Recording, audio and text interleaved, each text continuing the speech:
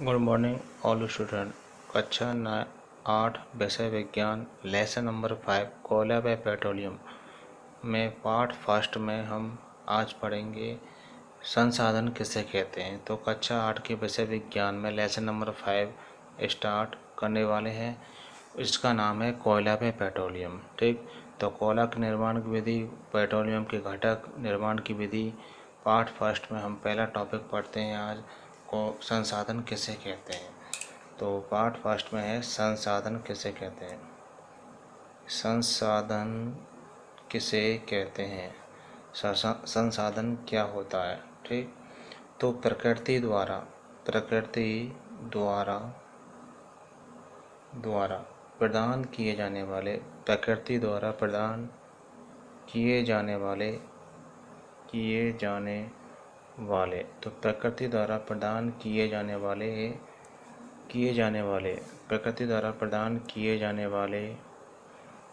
वाले ऐसे साधन, तो प्रकृति द्वारा प्रदान किए जाने वाले ऐसे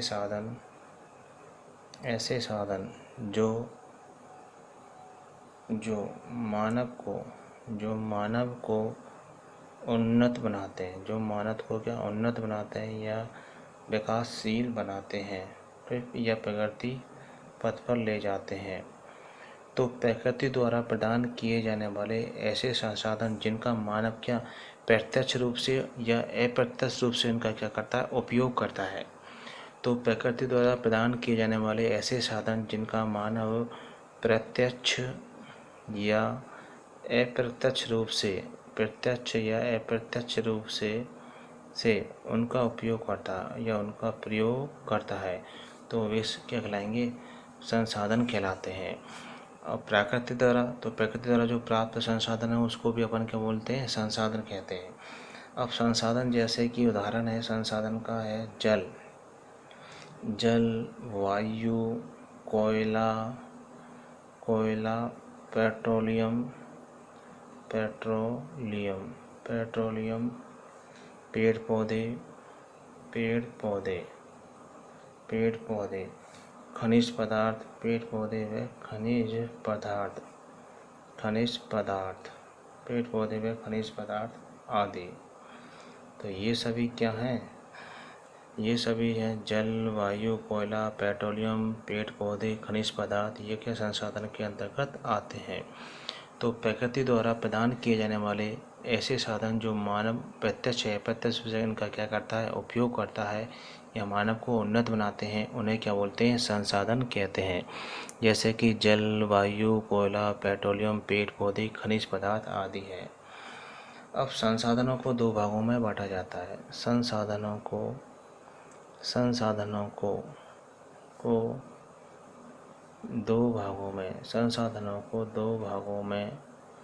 दो भागों में क्या बांटा जाता है। जो संसाधन होते हैं उनको दो भागों में बांटा जाता है।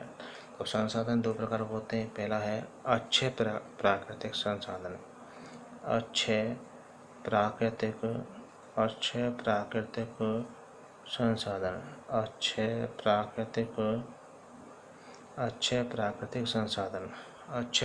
संसाधन। तो ऐसे संसाधन जो प्रकृति में असीमित मात्रा में क्या उपलब्ध होते हैं, अच्छे मतलब जो कभी समाप्त नहीं होते हैं। ठीक, तो परिभाषा क्या हुई, ऐसे संसाधन जो प्रकृति में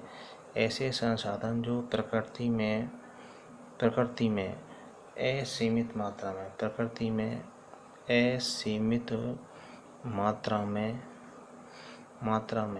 उपलब्ध रहते हैं। प्रकृति में क्या असीमित मात्रा में उपलब्ध रहते हैं।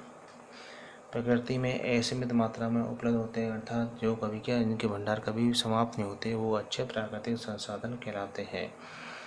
और मानवीय क्रियाकलापों द्वारा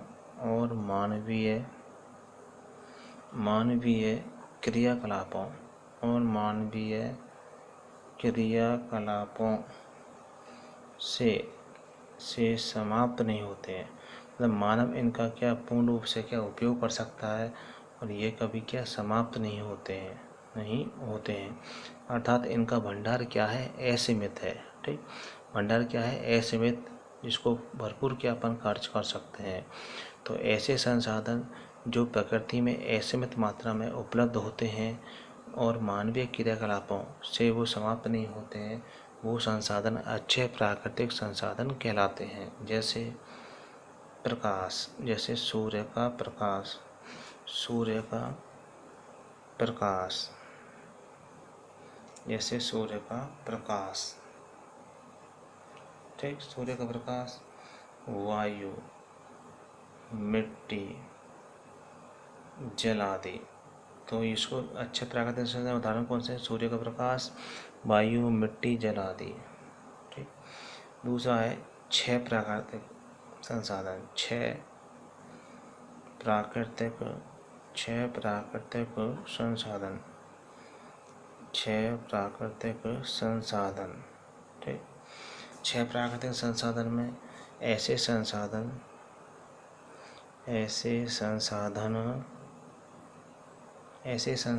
जो प्रकृति में सीमित मात्रा में मतलब लिमिटेड मात्रा में, सीमित मात्रा में उपलब्ध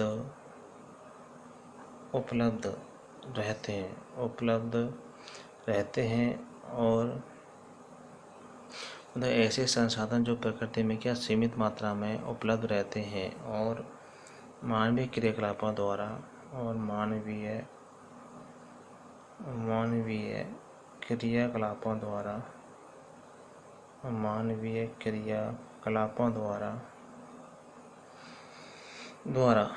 समाप्त हो जाते हैं, मानवीय क्रियाकलापों द्वारा समाप्त हो जाते हैं और उनका भंडार क्या होता है? सीमित होता है। मतलब इनका भंडार क्या होता है? सीमित होता है।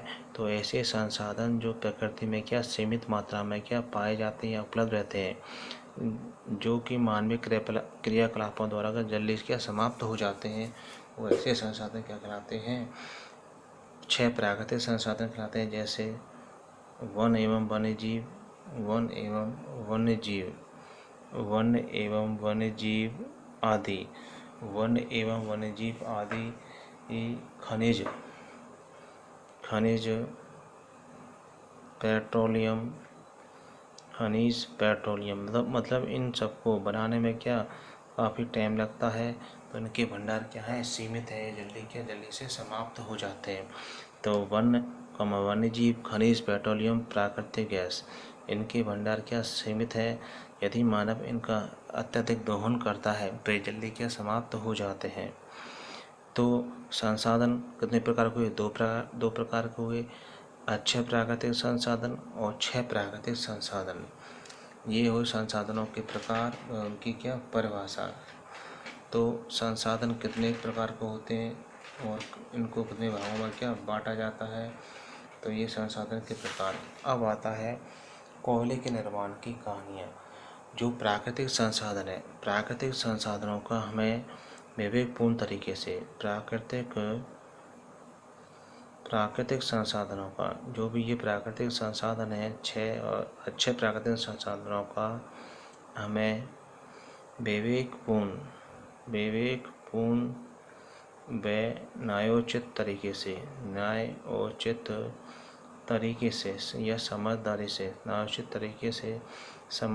से इनका उपयोग करना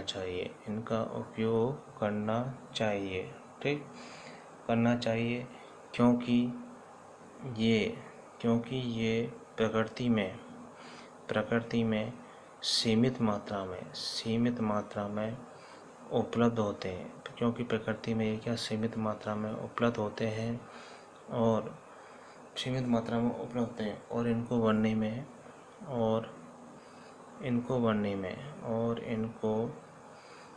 में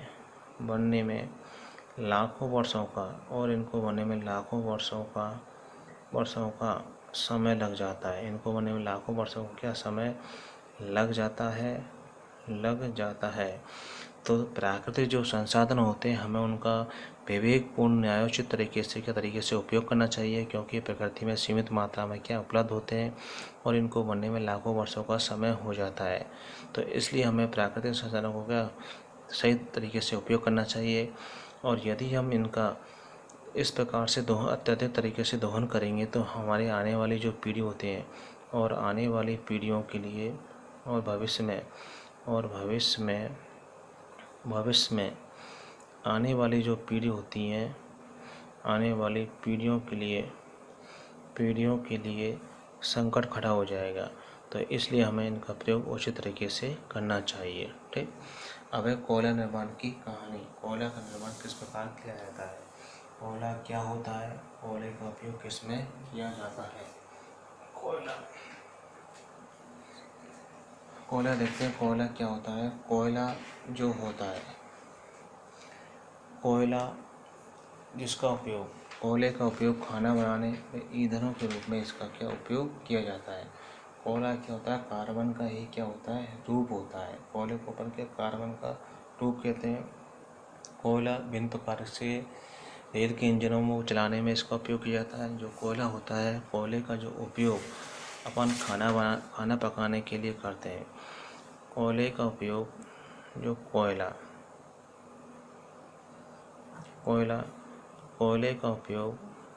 कोयले का उपयोग प्राचीन काल में खाना पकाने ठीक, रेल के इंजनों को चलाने में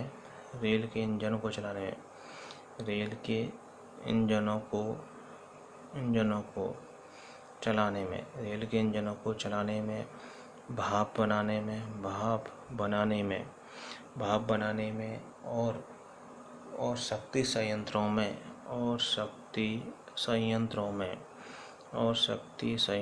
में विद्युत बनाने में इसका उपयोग किया जाता है। कोयले को और उद्योगों में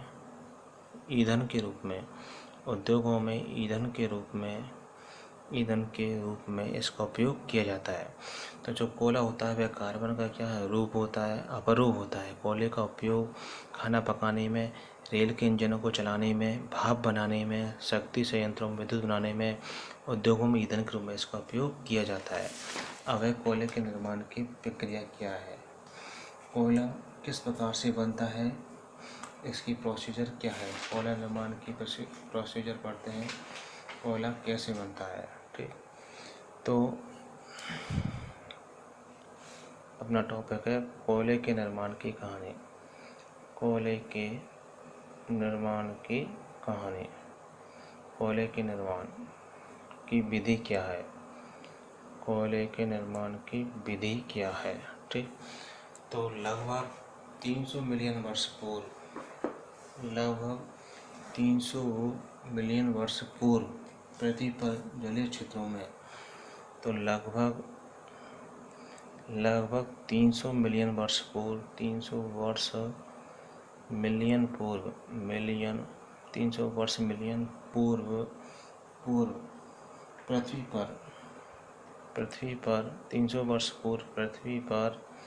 पृथ्वी पर निचले जलीय क्षेत्रों में, पृथ्वी के निचले जलीय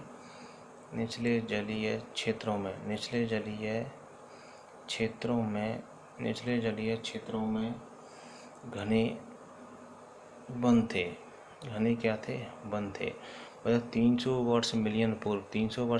मिलियन वर्ष पूर्व पृथ्वी के जो निचले स्तर थे उसमें जलीय क्षेत्रों में क्या घने वन थे। अब यह बाढ़ जैसे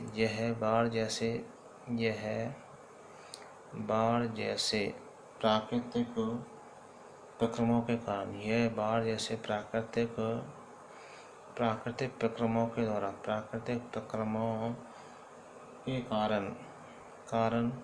ये वन, मतलब प्राकृतिक प्रक्रमों के कारण ये वन मृदा के नीचे दब गए, दबते चले गए और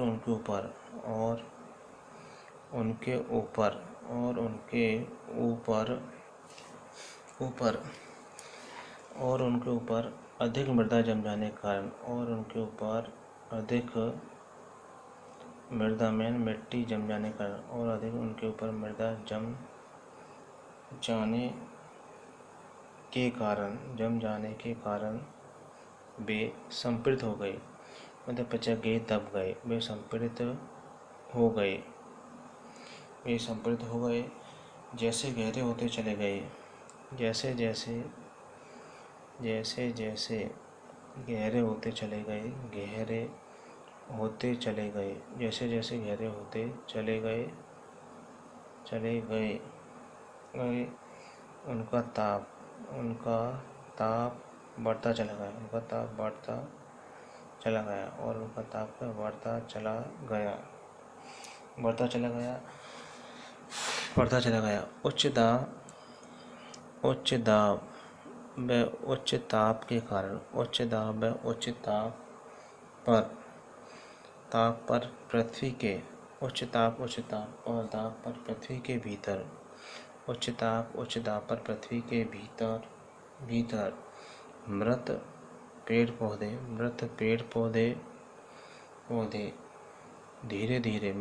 पौधे धीरे धीरे कोयले का रूप धारण करते चले गए। कोयले का रूप धारण करते चले गए। अब मृत वनस्पति से इनवर्टेड कोमा में मृत वनस्पति के धीरे विक्रम द्वारा मृत वनस्पति के धीरे विक्रम द्वारा कोयले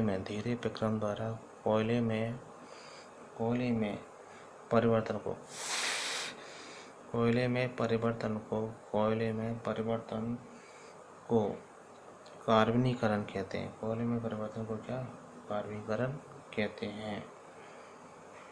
अतः कोयले को क्योंकि यह वनस्पति के अवशेष से बना है, क्योंकि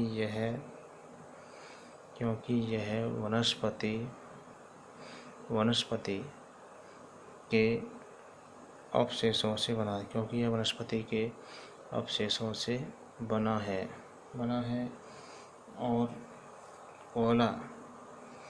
और कोयला एक प्रकार का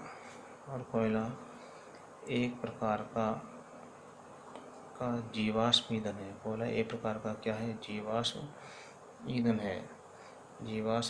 और कोयला क्या है? एक प्रकार का क्या है? जीवाश्म ईंधन है। तो ये कोयले के निर्माण की क्या हुई? प्रक्रिया हुई। कोयले के निर्माण की क्या है? प्रक्रिया है। कोयले के वायु में गर्म करने पर कोयला क्या जलता है और मुख्य रूप से कोयले से क्या CO2 गैस निकलती है। वायु में गर्म करने पर कोयला क्या जलता है, मुख्य रूप से इससे CO2 गैस निकलती है। उद्योगों में कोयले के विक्रम कुछ उपयोगी जैसे उत्पाद हमें प्राप्त होते हैं। कोलतार कोयले से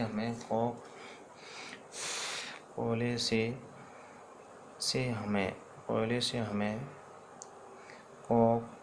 कोलतार और कोयला गैस प्राप्त होती है। तो ये कोयले निर्माण की प्रक्रिया है, इसको देखते हैं। कोयले निर्माण की विधि क्या है? लगभग 300 वर्ष मिलियन पूर्व पृथ्वी के निचले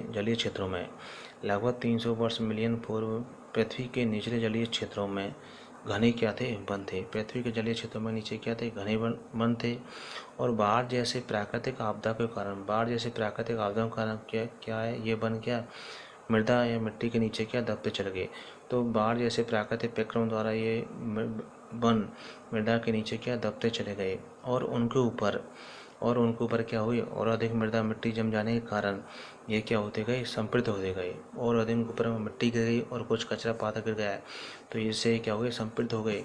जैसे जैसे ये गहरे होते